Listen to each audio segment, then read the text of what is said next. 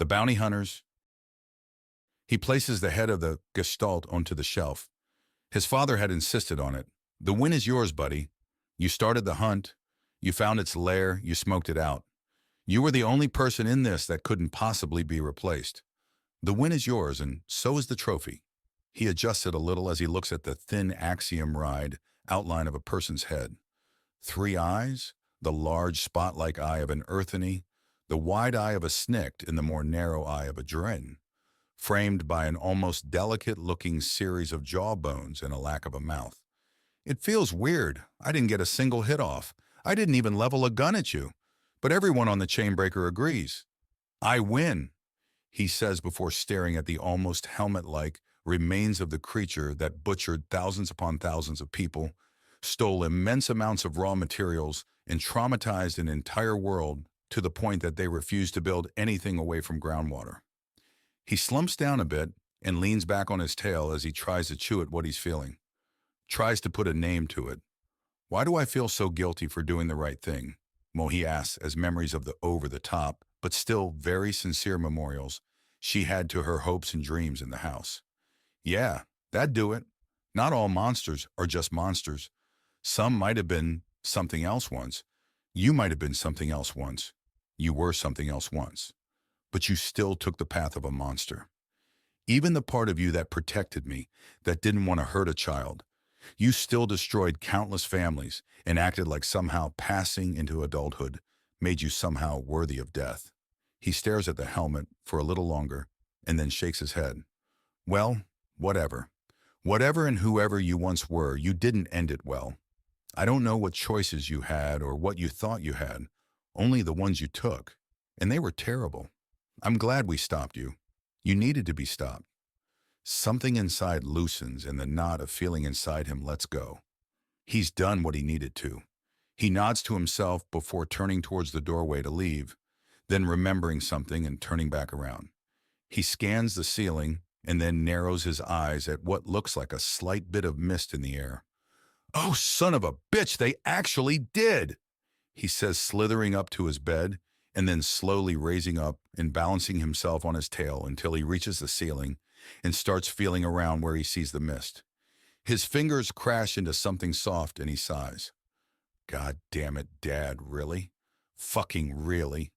A bit of turning, and he finds the opening before pulling out a new pillow and holding the casing that's nearly completely invisible to him in the other hand.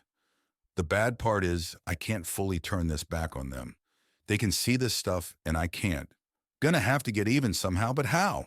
He mutters as he lets the new pillow drop onto his bed while lowering himself to a level where he can actually slither without losing balance. Right, well, they may be able to see this material, but they can't sense heat like I can. Let's see what kind of fun I can have with that. He notes to himself before considering the ghost cloth pillowcase. And what to do with you? Maybe Jade? Yes, Jade's been too comfortable lately and needs a little reminder. And with his mind made up, a serpent slithers off for some mischief. I just feel like, Letha begins to say, and Pukey reaches up to put a finger to her lips. You're a civilian. The fact I had to tell you twice is actually really, really damn good. Even a professional artillery commander would hesitate when a friendly is asking for them to fire on their own location. Let alone my husband. Yes, I'm sorry for putting you in that position. It was unfair, he says, and she pulls him deeper into a hug. He sinks into the large breasts of the oversized synthetic woman who holds him close. I was so scared, I pushed that button and all I could imagine was the rod hitting you, and it being all over, she says. But it didn't. It hit the monster that had me in its grip. You saved my life. I nearly took it. You saved me. If you hadn't blasted that monster in the chest, it would have crushed me to pulp, he says, and she holds him tighter. Thank goodness you have the sense to take downtime after combat. I think my processors would collapse in on themselves if there weren't any breaks between. Biggest girl on the ship, possibly the most dangerous too. Too gentle for battle, Pukey says, reaching up and guiding Litha's head down. They kiss. It's adorable. She nuzzles into him before huffing a sigh. We have this backwards. The gigantic Nagasha with primal traits and a literally reinforced body should be the combat machine, not the adorable little man, she says. I don't know. Makes sense from my angle, Pukey says with a grin. That's because you come from the crazy part of the galaxy. She chides him with a smile. Please don't ever ask me to do that again. I will never willingly or knowingly put you in that situation again. But a fool never needs the galaxy to cooperate, and it can be pretty mean-spirited at times, Pukey says somewhat sadly. That's true, she says before letting out a pensive sound. By the way, did you really hide an invisible pillow in Slytherin's room?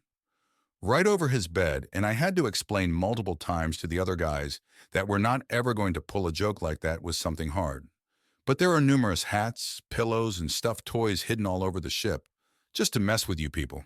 She manages to hold back her giggles for a little while, but eventually she just has to laugh at the absurdity to it. Invisible presence courtesy of some of the most dangerous men in the galaxy, just to toy with the minds of others. What's the most absurd? She asks, and he thinks. She then gets suspicious and scans the room. Is there one in here? Maybe, he asks. What did you get me? Something amusing?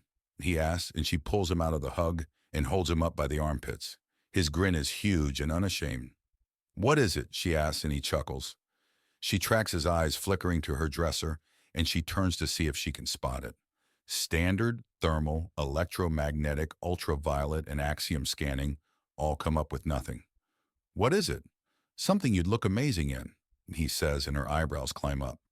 Did you get me invisible underwear? She demands, and he nods. She pauses, considers, thinks, and then starts laughing helplessly as she sets him down. You goof! What? I think you'd look amazing in it. One eye would see me nude, the other in underwear. My point, Stan. He shoots back, and she tries to muffle her laughter a little as the mirth rocks her entire body. Did you get something like this for Cindy too? She asks after calming a little. She actually caught me in the middle of making things and told me not to. So she kept things quiet and didn't tell me? She helped me make it for you. Oh, something about not wanting her sister feeling neglected, about making sure that the big snake knows she is, in fact, part of the family, Pukey says as he steps towards her wardrobe and picks up something she can't see.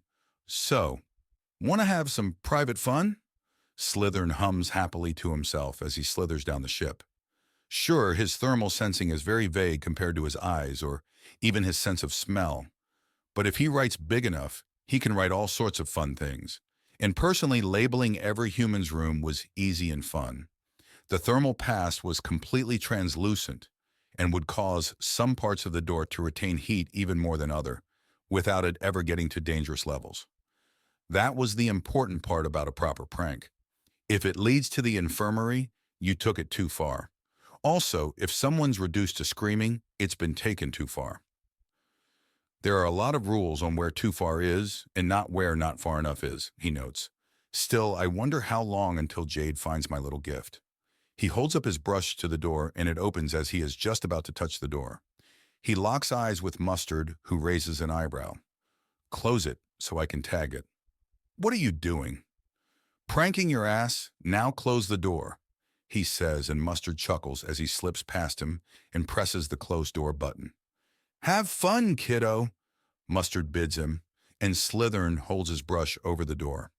Considers, contemplates.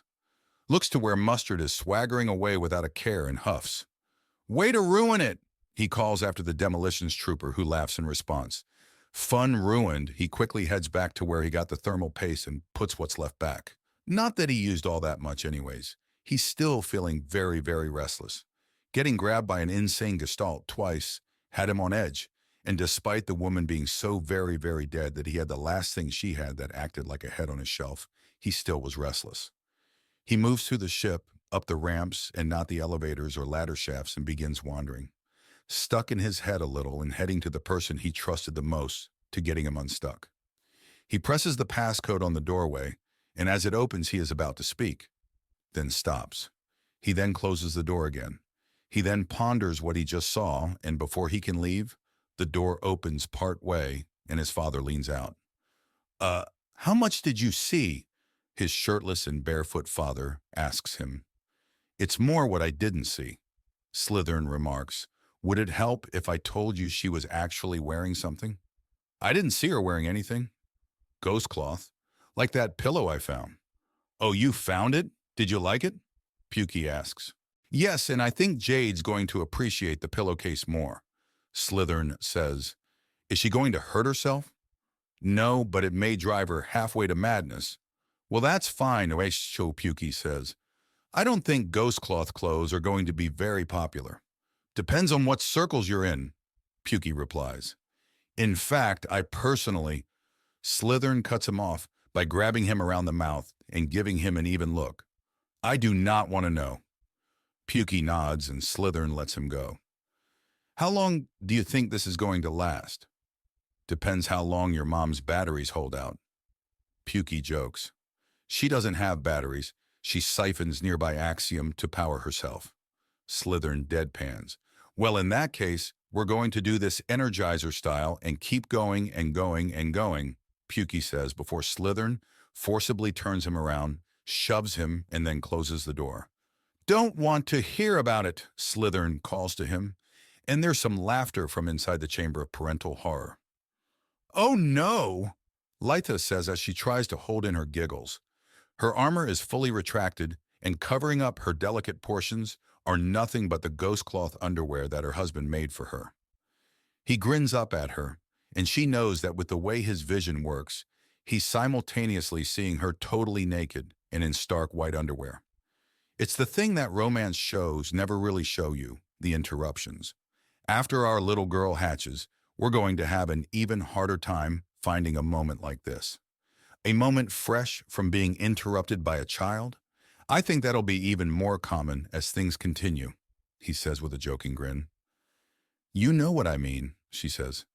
I do, so the question is, before our daughter gets the chance to interrupt us, want to get started on the next one? Pukey asks. Yes, I would, she says, and with a flick of his thumb, his belt is unbuckled.